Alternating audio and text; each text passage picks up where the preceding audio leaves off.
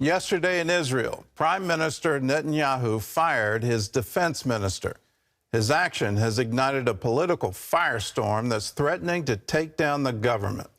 A night of protests was followed by the nation's labor union calling for a strike, with airport workers walking off their jobs and shutting down Ben Gurion Airport. Chris Mitchell reports on this explosive crisis from Jerusalem.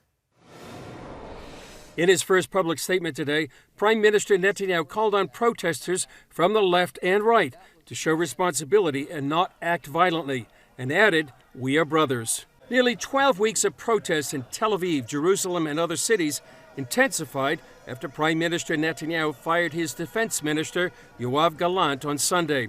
Gallant, from Netanyahu's own Likud party, defied the prime minister in a nationwide speech on Saturday, calling for a halt to negotiations over judicial reform before the Passover break in less than 2 weeks. Israel's President Isaac Herzog also called for calm, a halt to negotiations, and tweeted, "For the sake of the unity of the people of Israel, for the sake of responsibility, I call on you to stop the legislative process immediately." Today, Histadrut, the nation's largest union, called for a nationwide strike, and flights were canceled Monday at Israel's Ben Gurion Airport. They aim to shut the country down. For weeks, the opposition has charged that the coalition's judicial reforms go too far and will bring about the end of Israeli democracy. We need to cancel this judicial reform, to remove it completely, and to think together how we are ensuring a better future for all citizens of Israel. Yet some believe it's about much more than judicial reform. I think if it had been about judicial reform, we would have seen it in October before the elections were happening. But what was it about back then? It was about Netanyahu and getting him out of office. The opposition people now, they're the ones who are saying, we've got to get him out. No matter what kind of alliance we make, we've got to get him out of office. So that's really the central point. 100% the attempt here is to throw Netanyahu's government and to get back to have the left ruling with the immunity that it will get from the Supreme Court.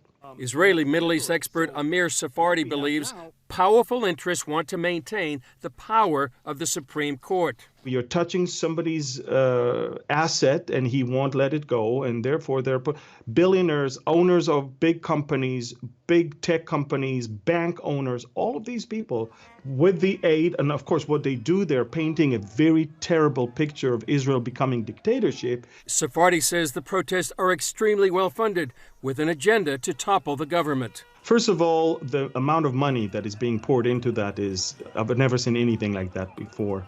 We're talking about funding that is in a state level. This is not the common person. Netanyahu's coalition wanted to finish voting on judicial reform by the beginning of the one-month Passover recess, which begins on April 5th. But for now, the crisis here in Israel is literally changing by the hour. Gordon? Well, Chris educated us on why are people so upset exactly. What is in the judicial reform? How is the Israeli judiciary different from the U.S. judiciary? Well, it's very much different, Gordon. You know, if you would say the U.S. Supreme Court has a constitution to use as a reference, the Supreme Court here in Israel does not.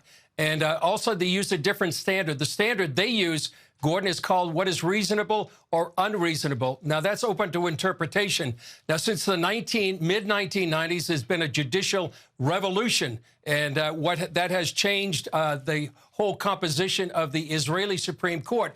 So the people that are advocating for reform for judiciary here in Israel are saying we need to restrain the Supreme Court from doing whatever they want. That's what these judicial reforms are about. Their main two points, Gordon. First of all, they want to change the way that Supreme Court judges are chosen. Right now, the Supreme Court changes their own successors. The other thing is that they want to restrain the Supreme Court with an override clause, to be able to have the Knesset override the Supreme Court in several cases. Well, has this reasonable standard essentially put the Israeli Supreme Court as yet another legislature? Can they rule from the bench as to what the Knesset passes? Is it reasonable? Is it unreasonable? Does it have to go through them in order for it to become law?